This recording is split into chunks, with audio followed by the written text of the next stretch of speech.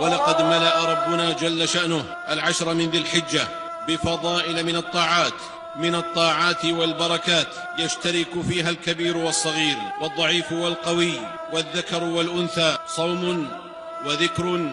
وتكبير وصدقة وحج إلى بيته الحرام. خص فيها جمع عرفة حين يباهي بهم ملائكته